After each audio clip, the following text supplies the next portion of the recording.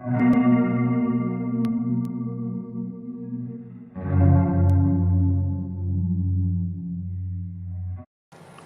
is for the view from our balcony. We've only just stepped out here today. We've been here for like 2 days. Everything is so busy all the time. But this is our balcony. So pretty. What I love about this place is it's humid, but it's nice and warm. Today is not too hot. Yesterday was boiling. Then it rained like crazy. And then it's cooled down now. But it's really botanical here. It reminds me of this place in Ghana called Befree Gardens. I'm quite sweaty. It reminds me of this place in Ghana called Befree Gardens, where it's like a botanical gardens, a national gardens where you learn about plants and history, and it's just really, really nice. I went there once when I was younger, when I lived in Ghana, and then I want to go back. I've been to Botty Falls and then Befree Gardens. I want to go back. I haven't been to Cape Coast, you know. I used to live in Ghana for 4 years and I still haven't gone to Cape Coast. So hopefully when I go next year, by God's grace, then I'll go to Cape Coast. This year we wanted to go Christmas, Ghana. We wanted to go to Ghana in Christmas, but the ticket prices are like £1,000 per person. And some are even going for £2,000 direct, because it is the year of return. And because it's the year of return, it means that, you know, it's obviously attracting higher prices because there's a higher demand. I've been watching videos made by The Exposer about Spac Nation. This wig is just... anyhow.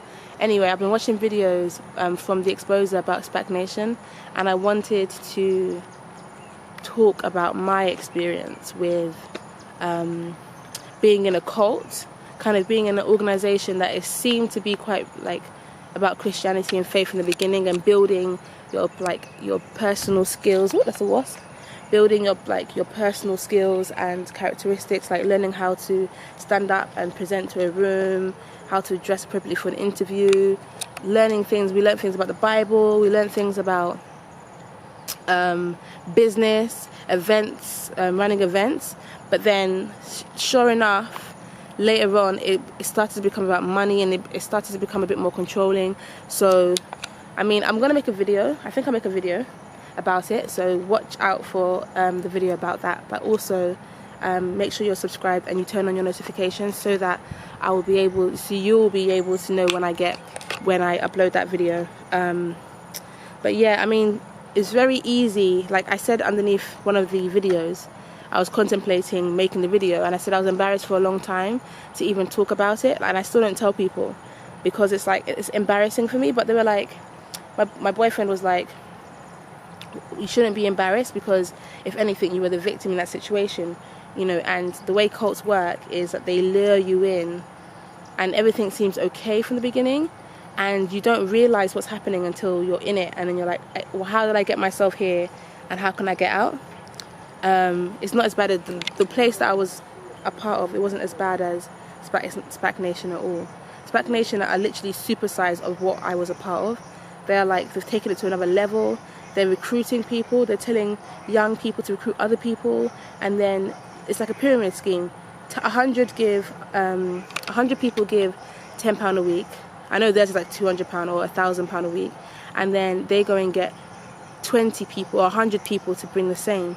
And then those 100 people now go and get another 100 people each, so it becomes 1,000, 10,000, 100,000, a million. So it's basically like a marketing kind of referral structure, where if I bring somebody, they pay me £100 or £1,000 a week, I will then be able to give my £800 to the next person who's above me on the chain. I'll keep the 200, and they'll be able to see what I mean. So it's basically a pyramid scheme. But the worrying thing is that all the money, or most of the money, is going to one person. No, let me not say that. The most worrying thing is everything about it. But what's also strange and worrying as well is that they say the money is to change lives. They're changing lives. What lives are you changing? Where are you putting the money? It's real change. Where are you going to NHS certified mental health nurses and social workers, and mending relationships with parents? Where are you going to the homes to see how these children are living, to see if they actually can eat in a day, to see if their parents are taking care of them, you know. All this money is going to one person, and everyone just thinks he's going to run off to Nigeria. And to be honest, that's not a far-fetched idea. Running off to Nigeria with a bunch of money that you've made people collect from HSBC. They targeted HSBC, which I don't know why, because HSBC, in my experience, is one of the harshest banks. They're a Chinese bank, and Chinese people they follow rules, you know, they don't do things anyhow.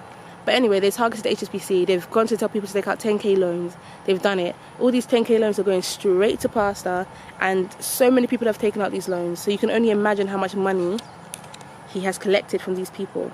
When these investigations start to become hot upon his head, and when, you know, the National Crime Agency gets involved, and when like prosecutors or the CPS get involved, and these investigations or allegations start surfacing and they become more serious in terms of when they become an indictment and you're being charged with stuff, you wait and see. He's going to go to Nigeria, he's going to bounce, and he's going to bounce with all that money. And apparently there are already Spac Nation members in Nigeria, like, looking after his stuff and manning his stuff, almost preparing, you know, the way for him to come. And then when he comes, he'll be secure with all that money.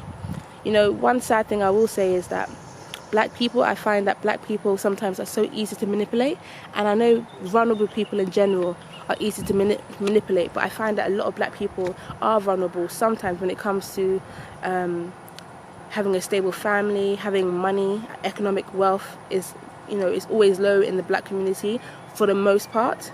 There's that lack of generational wealth. There's that lack of having a father figure in the household. Statistics don't lie. It's not always the case, but statistics don't lie.